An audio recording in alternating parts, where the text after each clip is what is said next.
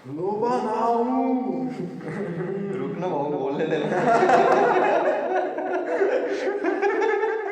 दोस्तों, स्वागत है आप सभी का इस सीरीज में जिसमें हम महाभारत के जो कैरेक्टर्स है उनसे किस तरीके से हमारी जिंदगी को सक्सेसफुल बनाने के लिए क्या करना चाहिए, क्या नहीं करना चाहिए, ये सीख ले रहे हैं। तो हमने कई सारे कैरेक्टर जो है ऑलरेडी डिस्कस किए हैं और आज हम बहुत ही जबरदस्त कैरेक्टर जो है वो डिस्कस करने वाले हैं। और डिस्कशन के लिए आज मेरे साथ फिर है प्रतीक साथ में। तो प्रतीक बताइए, आज हम कौन से कैरेक्टर के बारे में? आज हम धृतराष्ट्र के बारे में डिस्कस करने वाले हैं। तो एनर्जी से ही आपको पता चल रहा है कि जो डिस्कशन है बड़ा ही कमाल का होने वाला है। धृतराष्ट्र अगर हम देखते हैं तो एक सेंटर पॉइंट जो है महाभारत का वो माने जाते हैं, मतलब एक कारणीभूत महाभारत के लिए उन्हें माना जाता है। तो उनके बारे में आज डिस्कशन करेंगे। तो चलिए शुरू करते हैं फटाफट।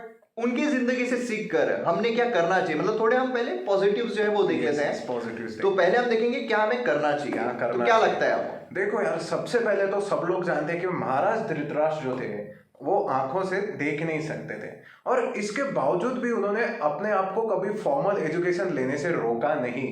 उन्होंने अपने आप को ट्रेन किया। वो अपने डे टू डे लाइफ के जो कार्य थे उसके लिए दूसरों पर डिपेंडेंट कभी रहे नहीं। लेकिन इसको अगर हम आज के लोगों से जोड़कर देखा जाए तो कई सारे ऐसे लोग हैं कि अब करना क्या चाहते हो भाई, देश की सेवा करेंगे, आर्मी में जाएंगे, व्हाट इज स्टॉपिंग यू, चश्मा है नहीं जा सकता। और फिर अगर किसी को पूछा कि आप क्या करना चाहते हो, बोले मैं मॉडल बनना चाहता हूँ, what is stopping you, height कम है ना इसलिए नहीं जा सकता। फिर किसी से पूछा क्या करना चाहते हो, भाई एक्टर बनेंगे, हीरो मूवीज करेंगे। क्यों? शक्ल मेरी ढंग की नहीं है ना, तो नहीं जा सकता। लेकिन हमने कई ऐसे लोग देखे हैं जिन्होंने इन सारी चीजों को साइड में रखते हुए भी इन्हीं सारी करियर्स में उन्होंने सक्सेस हासिल किया है। तो और ऐसे कई सारे लोग हैं जो दिखने में अच्छे, जिनकी हाइट अच्छी, जिनको चश्मा नहीं चढ़ा, फिर भी they are good for nothing. And मतलब गुड फॉर नथिंग नहीं कहेंगे, they are not doing anything, they are not up to their potential. बिल्कुल सही कहा आपने। देखिए, जो बैरियर्स होते हैं जो किसी भी इंसान को अपनी जिंदगी में आगे बढ़ने से रोकते हैं, तो दो तरीके के हो सकते हैं। एक तो फिजिकल हो सकता है, दूसरा मेंटल हो सकता है। मेंटल भी हो सकता जो है। फिजिकल है उसे तो हम ओवरकम कर सकते हैं। लोग अक्सर क्या होता है कि जो फिजिकल बैरियर है उसको मेंटल इसमें स्टेट में चढ़ा देते हैं, जिसकी वजह से वो आगे नहीं बढ़ पाते। और कोई लोग फिजिकल बैरियर को स्ट्रेंथ बनाकर मेंटल एबिलिटी को और स्ट्रॉन्ग कर लेते हैं, जिससे कि वो कोई भी बैरियर को क्रॉस करके जो भी उनको चाहिए जिंदगी में अचीव कर लेते हैं। तो ये बड़ी खास चीज है कि जो भी बैरियर्स है वो हमारे फिजिकल बैरियर कितने भी बड़े क्यों ना हो, स्टिल अगर हम मेंटली स्ट्रांग है तो हम किसी भी चीज को अच्छे तरीके से अचीव जरूर कर सकते हैं। तो ये तो हो गई पहली चीज। दूसरी ऐसी कौन सी चीज है जो हम सीख सकते हैं धृतराष्ट्र से कि हमारी जिंदगी में वो हमने करना चाहिए? देखो यार, अभी आप भी फिटनेस एंथुसियास्ट हो, हमने कई बार सुना है कि भाई जिम क्यों नहीं जाते यार, टाइम नहीं होता यार, फैमिली है ना अभी, अब तो हो नहीं सकता, अब करियर की कमिटमेंट है, अब कहाँ जिम में बाद में करेंगे यार, अभी कहाँ इस सब में पड़ा। आपको भी किसी ने कहा था कि योगा आप क्यों करते हो, ये तो ओल्ड एज में करो, अभी कहाँ योग कर रहे हो, है ना। तो ये बात हम धृतराष्ट्र से सीख सकते हैं कि in spite of him being blind, in spite of him having so much facilities at his disposal at any moment of the time, उन्होंने कभी इसको अपने लेथार्जिकल लेजीनेस का कारण नहीं बनाया। ही ट्रेंड हिमसेल्फ, उन्होंने इतनी ज्यादा फिजिकल मेहनत की, अपनी बॉडी को इतना स्ट्रांग बनाया कि he strength was compared to those of elephants at that time. उस समय के कुछ स्ट्रांग लोगों में से एक धृतराष्ट्र थे। तो हमको ये बात सीखनी चाहिए कि एट एनी मोमेंट हम हमारी फिजिकल बॉडी को ग्रांटेड नहीं लेना चाहिए। अगर हम आज करियर के पीछे दौड़ते हैं, पैसे के पीछे दौड़ते हैं और हमारा शरीर ही स्वस्थ नहीं है, तो उसको भोगोगे कैसे, सुख कैसे मानेंगे हम जब तक हमारा शरीर स्वस्थ नहीं है। जैसे हमारे सामने कितनी भी बड़ी जो भी चीज हमें पसंद है वो चीजें रखी हुई है, लेकिन हमारी तबीयत ही खराब है, तो क्या हम उसको भोग पाएंगे? नहीं भोग पाएंगे। अगर एसिडिटी है तो पूरा दिन खराब होता है, इतनी सी एसिडिटी से। तो हमें ये चीज सीखनी चाहिए महाराज धृतराष्ट्र से कि चाहे कुछ भी हो जाए, हमें अपनी फिजिकल स्ट्रेंथ जो है वो बढ़ाती रहनी चाहिए। और हाँ, ये भी तो हो सकता है, वो तो ब्लाइंड थे, हो सकता है कि उनको चिढ़ाया जा सकता था, लेकिन किसी ने कभी उनको चिढ़ाने की हिम्मत की नहीं, because you are so strong. कौन भाई हाथी से लड़े, कोई नहीं लड़ेगा। So that is the thing. जो बात नंबर 2 है वो तो ये है कि धृतराष्ट्र ही टुक केयर ऑफ हिज डोले शोले एंड छाती वाती बॉडी स्ट्रेंथ एकदम। Physical health. Yes, physical. तो सही कहा आपने, जो फिजिकल स्ट्रेंथ है ये भी बहुत जरूरी होती है। फिजिकल स्ट्रेंथ बोलने के बजाय फिजिकल फिटनेस जो है ये बहुत जरूरी होती है। बहुत सारे लोग जो है फिजिकल फिटनेस के बहाने बनाते रहते हैं कि मुझे ये काम है, मुझे वो काम है, मुझे वो काम है। 1 घंटा निकालना पड़ता है या ज्यादा 45 मिनट। अगर 24 घंटे में से आप 45 मिनट्स आपके हेल्थ के लिए निकाल पा रहे हो तो फिर क्या ही बोलना है। क्या बोलना है। काफी लोग ऐसे हैं, मतलब बहुत सारे ऐसे हैं, जब जिम जाते हैं, योगा करते हैं, जब लोगों को बोलते हैं कि भाई कर लो तो नहीं यार, मतलब काम जाना है, काम पे जाना है, काम पे जाना है। मतलब क्या है, हमारी फिजिकल हेल्थ को हम डिग्रेड करके पैसा कमाते हैं और फिर वही पैसा हमें हमारे हेल्थ पर लगाना पड़ता है। ऐसा कहा जाता है कि अगर आप जिम या फिर योगा पर इन्वेस्ट नहीं कर रहे हो तो आपको हॉस्पिटल्स में इन्वेस्ट करना पड़ेगा। और एक मेरा फ्रेंड है करण, जो अभी ऑस्ट्रेलिया में है, उसने बड़ी सुंदर बात कही थी। मतलब वो इंडिया आया था तब हमारी दोस्ती हुई थी और उस समय पर मतलब पहले के टाइम पर अगर देखा जाए तो वो बहुत ही वीक था, मतलब एकदम पतला था। फिर उसने अच्छी खासी बॉडी जो है वो बना ली, जिम योगा वो सब करने लगा, अच्छी खासी बॉडी बना ली। उसने बड़ी खूबसूरत बात कही थी। बोलते अगर कोई इंसान है, वो अगर बोले ऑडी में जा रहा है या फिर मर्सिडीज में जा रहा है या फिर फरारी में जा रहा है, तो जब वो फरारी से उतर जाएगा उसकी जो शान है वो खत्म हो जाएगी। लेकिन ये जो है ये मेरी स्ट्रेंथ है, जो बॉडी है, मैं कहीं भी जाऊंगा ये मेरे साथ रहेगी और लोग उसको देख के अट्रैक्ट होते रहेंगे। तो इसलिए अपनी फिजिकल हेल्थ पर जरूर ध्यान दीजिए, ये आपको जरूर आगे लेकर जाएगी। तो बहुत ही जबरदस्त जो पॉइंट्स है वो हमको मिले हैं कि क्या हमें करना चाहिए हमारी जिंदगी में, जिससे कि हम हमारे लाइफ को और फ्रूटफुल बना सकते हैं और अच्छा बना सकते हैं। लेकिन कुछ ऐसी भी चीजें हैं जो हम उनसे सीख सकते हैं कि जो नहीं करनी चाहिए। ज्यादा है, बहुत ज्यादा। तो चलिए एक एक करके डिस्कशन करते हैं कि सबसे पहली ऐसी चीज आपको क्या लगती है कि उनसे जिंदगी के सीख कर हम क्या नहीं करना चाहिए हमें। अनेक चित्त विभ्रांता मोहजाल समावृता प्रसक्ता काम भोगेषु पतंती नरकेषु चो। ये भगवान श्री कृष्ण ने भगवत गीता में कहा है। अनेक चित्त विभ्रांता मतलब मन में, हमारे चित्त में अनेक इमेजिनेशंस हम अपने ही हिसाब से चला रहे हैं। फॉर एग्जाम्पल, अगर मैं किसी कटिंग की दुकान में गया और उसने मेरे बाल अजब गजब काट दिए, तो मैं कोई भी अगर मेरी लाइफ में कुछ भी समस्या होंगी ना तो मैं उसी से जोड़ कर देखूंगा। तेरा कॉन्फिडेंस क्यों लो है भाई, बाल खराब है ना, वो ट्रैफिक पुलिस ने क्यों पकड़ा है, मेरे बाल देख के ही सब मेरे साथ ऐसा करते हैं, भगवान ने मेरे को ऐसे बाल क्यों दिए। तो सब कुछ हमने उस बाल के अराउंड रिवॉल्व कर लिया। मोह जाल समावृता। फिर हम क्या करते, इसका सॉल्यूशन जो भीतर होना चाहिए वो हम बाहर ढूंढना स्टार्ट करते। मोह जाल समावृता मतलब कोई क्या करता है कि सत्ता में इसका सॉल्यूशन ढूंढता है कि कलेक्टर बनूंगा फिर बाल ठीक करूंगा। बिल्कुल सही है। कोई क्या करता है, धन में इसका सॉल्यूशन ढूंढता है, कोई इसका किसी व्यक्ति विशेष में अपना सॉल्यूशन ढूंढता है। लेकिन क्या इसका सॉल्यूशन वहां है? नहीं। फिर इसका प्रसक्ता काम भोगेषु, फिर वो मोह के सामने हम क्या करते हैं, हमारी इच्छाएं बढ़ाते जाते, बढ़ती जाते। फिर क्या होता है, नरक की ओर हमारा पतन होता है।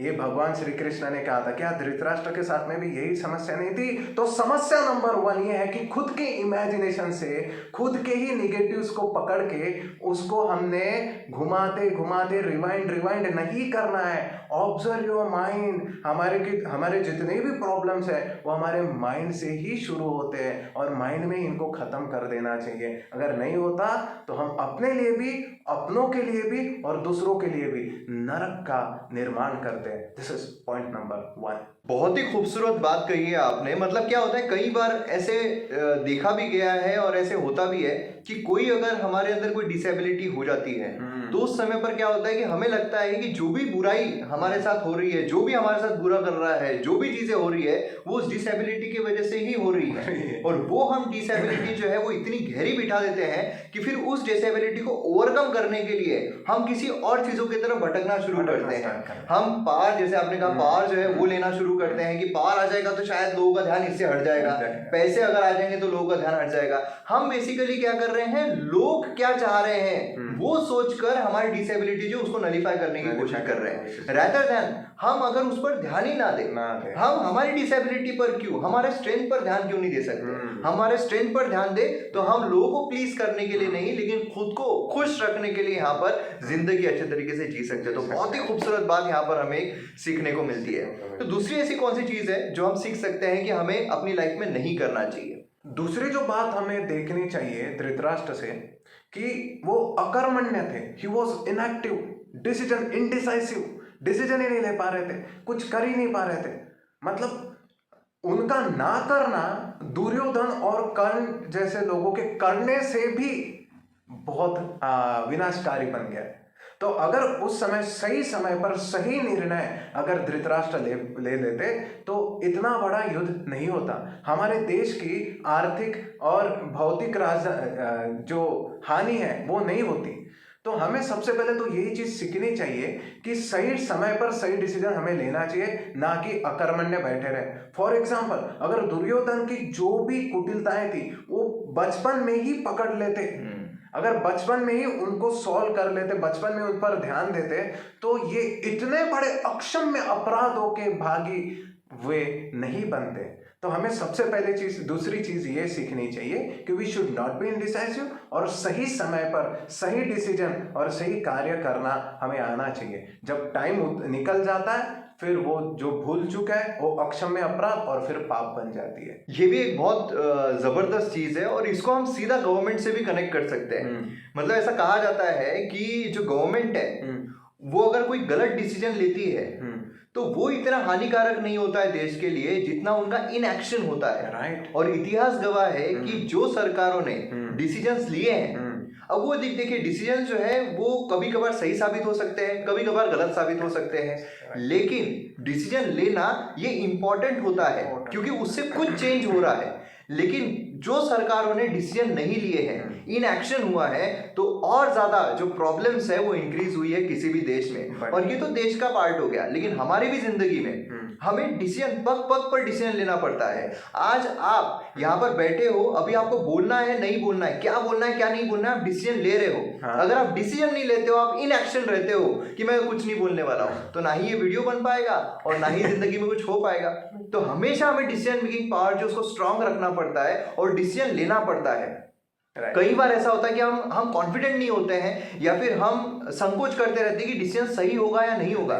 कई सारे ऐसा कहा जाता है, कई सारे स्टार्टअप कि 95% जो लोग हैं उनके माइंड में कोई ना कोई आइडिया चलता रहता है, लेकिन प्रॉब्लम ये है कि वो कभी इंप्लीमेंट ही नहीं हो पाता है, कभी एक्शन में नहीं आ पाता है। इस वजह से हमारे यहाँ पर जो स्टार्टअप्स है वो इतने कम देखने को मिलते हैं, या फिर जो लोगों को अपनी जिंदगी में करना है वो जिंदगी में नहीं कर पाते, और आधे से ज्यादा लोग जो है अपनी जिंदगी में नाखुश रहते हैं, कॉम्प्रोमाइज करते हैं सिर्फ और सिर्फ इन एक्शन की वजह से। तो ये जो इन एक्शन है इसको भगाना बहुत जरूरी है, और सीख कर, क्योंकि इतना बड़ा जब महाभारत हुआ है इन एक्शन की वजह से, तो आप सोचिए कि कितना जरूरी है एक्शन लेकर हमारी जिंदगी को और ज्यादा बेहतर बनाया जाए।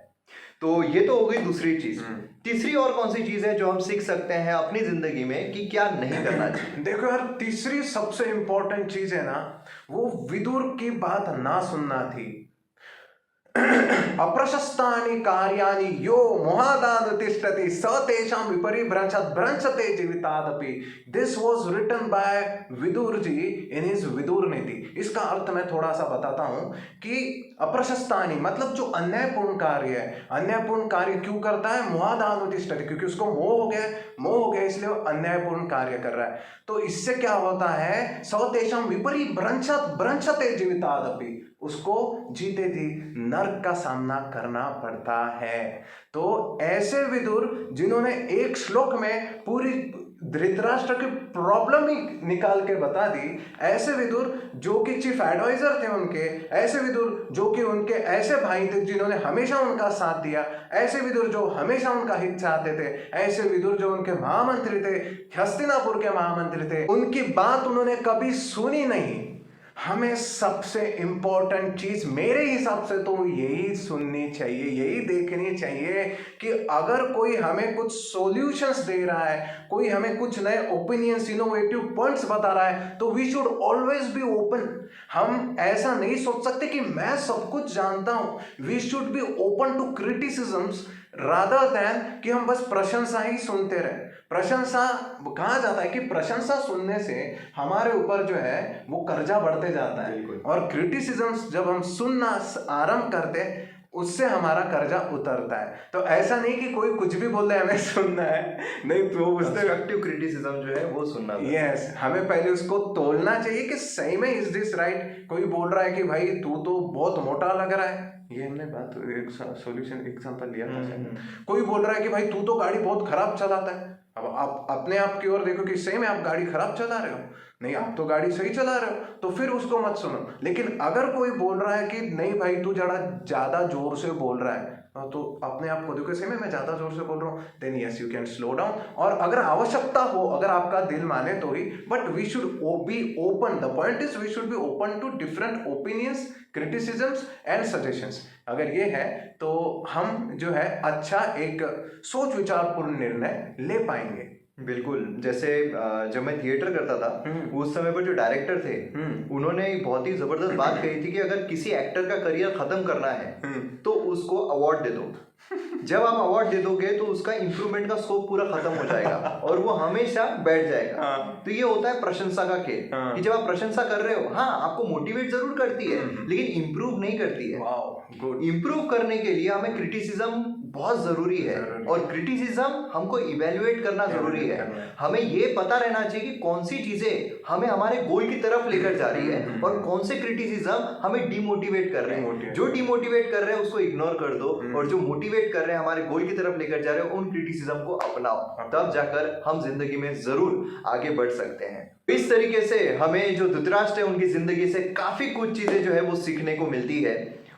तो ये जितनी भी चीजें हैं ये मैं उम्मीद करता हूं कि हमारे जो व्यूवर्स हैं अब जरूर अपनी जिंदगी में इंप्लीमेंट करेंगे और सक्सेस जरूर हासिल करेंगे। तो वीडियोस अगर आपको पसंद आते हैं तो आप शेयर जरूर कीजिए, कमेंट कीजिए कि आपको और कौन से कैरेक्टर्स के बारे में सीख कर अपनी जिंदगी को बेहतर बनाना है। तो मिलते हैं हम अगले वीडियो में। जय हिंद।